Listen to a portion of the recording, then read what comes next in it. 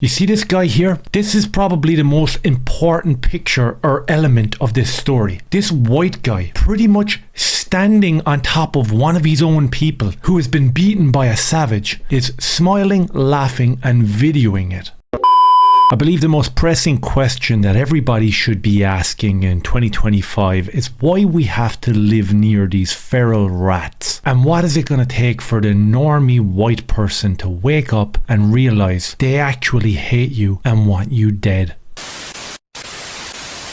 14-year-old is arrested and charged after beating and brutalizing an elderly employee at an NBA YoungBoy's concert. He was reportedly asked to sit in the correct seat. We're going to have a look at this horrific video. And obviously nobody knows who NBA YoungBoy is. I looked him up. He's a felon. He's a black feral rat who was arrested for dealing drugs and selling guns. And now he's filling arenas with feral blacks and gone-bean white people who haven't woken up yet. Let's have a look at this.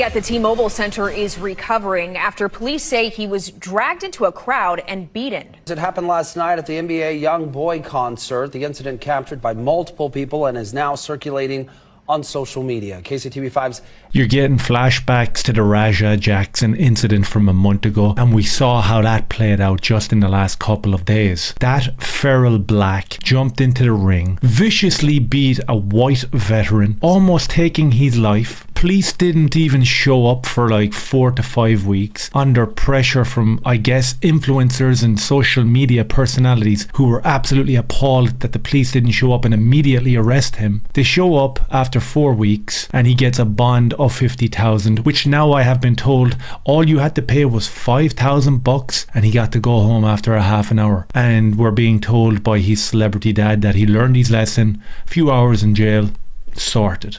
The scenes that we saw playing out here at this black person concert, almost identical.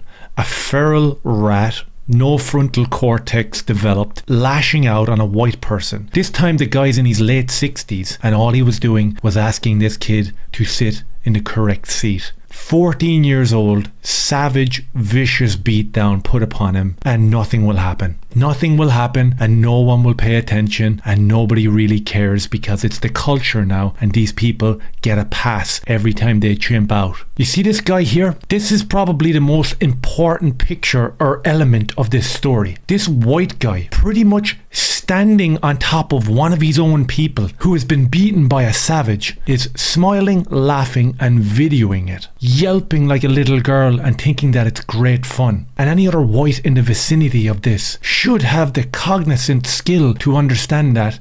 Stop smiling, stop hooping, because you're going to be next. This guy here is the embodiment of why these people are allowed to get away with what they do on a regular basis. The numbers are out there. What is it? 13% of a population, which when you break it down demographically, it's 6% of that is men, and they're responsible for 70-80% of the vicious attacks on white people throughout the United States of America. That bleeds over into other countries as well, and the numbers are very similar. This guy is the embodiment of why that is allowed to happen, because white people are terrified to stand up for their own, and obviously they're terrified of these savages that are allowed to be near us. He's laughing, he's smiling, he's videoing it. He's the very same as 90% of the normies over here in Ireland that are accepting the black on white crime, that are accepting the gangs that have sprung up all across Ireland. And you're thinking two things. How did this happen so quick? And how did this happen in Ireland? Because I know for my American viewers, when you think of Ireland, you don't think of savage gangs of blacks roaming the street attacking white people. But that is the reality of Ireland in 2025. Here we have a couple of hundred feral blacks running after one Irish white kid and beating him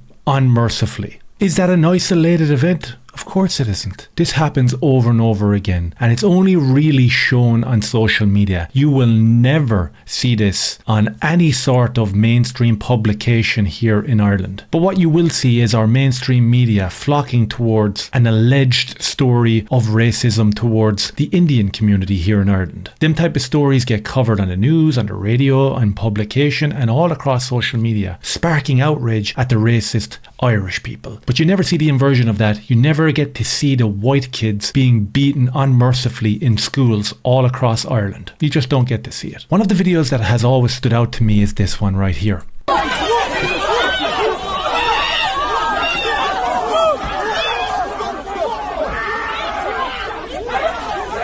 And not that I have to explain it to you, but this is an Irish mother and her son trying to walk down the footpath during the George Floyd Summer of Love, and they got beaten to the ground by a bunch of future engineers and doctors. That's the one that always kind of sticks out in my mind. So let's just recap the last month in terms of the black on white crime. We had the Ukrainian girl Irina losing her life on the subway to someone who had so many convictions and should never have been allowed out onto the street, and after he ended her life in front of another bunch of blacks who didn't do anything, he proudly paced back and forth on that subway carriage talking about how he got that white bitch.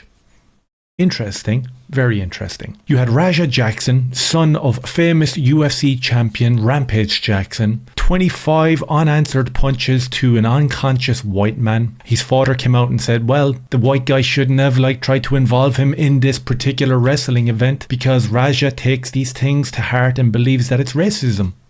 Okay. You've got some feral 14-year-old last night absolutely beating a 66-year-old man unconscious for asking him to sit in the correct seat, cheered on by a bunch of ferals and a bunch of gone-bean white people, pathetic losers. And how does the black influencer community respond to this? Do they condemn it? Do they actually hold up their hands and say, you know what? Our people are doing this too much and they're ruining so many cities. We have to put a stop to it? No, they don't. I will say, I talked to 99.9% of black people about this story, about what transpired. And it's horrible. I think we all agree on that. And they wanted me to give a message. And on behalf of 99.9% of black people, I'm here to talk to the white ignorants out there and let y'all know we are deeply uncaring. That is correct. We don't care, bruh. I'm sorry. We don't give not an ounce of caring about what happened to this girl on the train. So that's what the black community and their influencers think about what happened to that poor Ukrainian girl on the train having her life taken by one of their own. They don't care. It's not news. We know this. And anybody who says the opposite of this just isn't tapped in. When you look around, whether you're in New York City, whether you're in Chicago, Florida, Pennsylvania, or whether you're here in the west of Ireland and you're looking around in your small towns and you see these group of feral rats moving around, be under no illusion. They're never going to choose Irish people or white people ahead of their own. Never. And be under no illusion that they hate you and they want your life ended, and whatever you do, don't turn your back on them.